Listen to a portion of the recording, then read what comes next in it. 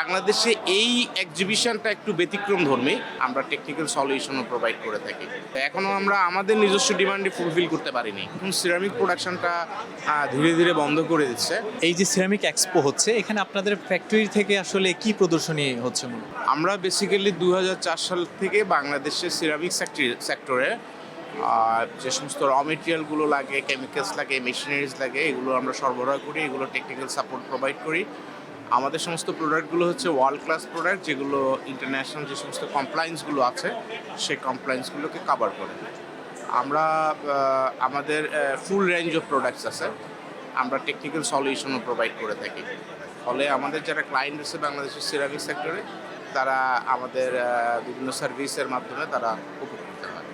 Actually এটা যদিও চতুর্থবারের মতো, গত বছর আমরা একবার পেছাতে হয়েছে, তৃতীয় বছরের মাথায় হয়েছে আমাদের রাজনৈতিক কারণে। আর এর আগে কোভিডের সময়ও আমাদের শিডিউল অনুযায়ী করা যায়নি। তো বাংলাদেশে এই এক্সিবিশনটা একটু ব্যতিক্রমধর্মী। যেমন সিরামিক এক্সপো, আমাদের যে এক্সপোটা হয় এখানে আন্ডার ওয়ান রুফ আপনি এখানে সাপ্লায়ার পাবেন, ম্যানুফ্যাকচারার পাবেন, কনসালটেন্ট পাবেন, সব ধরনের লোকজনকে পাবেন। ফলে এটা একটা ব্যতিক্রমধর্মী আমাদের এই এক্সিবিশনটা বাংলাদেশে আয়োজন করা হয়। আর আপনি যদি আমাদের এই দক্ষিণ পূর্ব এশিয়াতে দেখেন, তাহলে বাংলাদেশের এই সিরামিক এক্সপোটাই হচ্ছে সবচেয়ে বড় এক্সপো।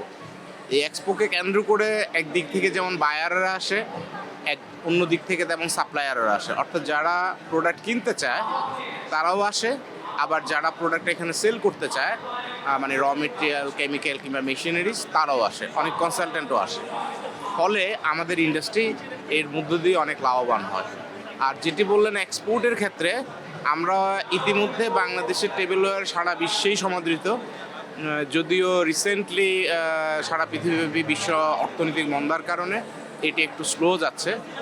আর অন্যদিকে টাইলস এবং স্যানিটারি আমাদের নিজেদেরই অনেক প্রয়োজন, কারণ আমাদের নিজেদের কনস্ট্রাকশনের জন্য এটার প্রয়োজন। তো এটাকে কভার করে এখনও আমরা আমাদের নিজস্ব ডিমান্ডে ফুলফিল করতে পারিনি।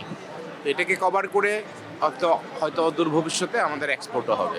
কিছু শিল্পের র ম্যাটেরিয়ালসগুলো আমরা বাইরে থেকে ইম্পোর্ট করি, সেক্ষেত্রে আমাদের দেশেও যে এই যে সিরামিক শিল্পের র ম্যাটেরিয়ালস কিন্তু দেশেই আপনারা তৈরি করছেন, পৌঁছে দিচ্ছেন, মানে ডিমান্ড ফুলফিলের চেষ্টা করছেন। এক্ষেত্রে মানে কম্পিটিশনের ক্ষেত্রে অন্য পণ্যগুলোর আর সিরামিকের যে প্রোডাক্টগুলো, সেগুলো কম্পিটিশনে দেখা যায় যে কেমন, মানে সিরামিক শিল্পটা কি একটু এগিয়ে যাওয়ার সম্ভাবনা আছে কি না? অবশ্যই সিরামিক শিল্পের বাংলাদেশের ব্যাপক সম্ভাবনা, কারণ পৃথিবীর উন্নত দেশগুলো তারা এখন সিরামিক প্রোডাকশনটা ধীরে ধীরে বন্ধ করে দিচ্ছে, কিন্তু সিরামিকের যে ব্যবহার সেটা তো আর বন্ধ হয়নি। আর আমাদের এখানে এটার সম্ভাবনা অনেক বেশি। আমরা যেটা আশা করছি যে এই ধারাবাহিকতা যদি বজায় থাকে, সরকারিভাবে যদি আমাদের নির্বিঘ্নে গ্যাস সরবরাহ করা যায়, আমাদের বন্দর ব্যবস্থাপনাটা সুষ্ঠুভাবে করা যায় এবং আমলাতান্ত্রিক জটিলতাকে যদি কমানো যায়, তাহলে এই শিল্প বাংলাদেশে নিজস্ব চাহিদা মিটিয়ে বিদেশ থেকে প্রচুর অর্থনৈতিক আপনার ফরেন কারেন্সি আপনার আর্ন করতে পারবে।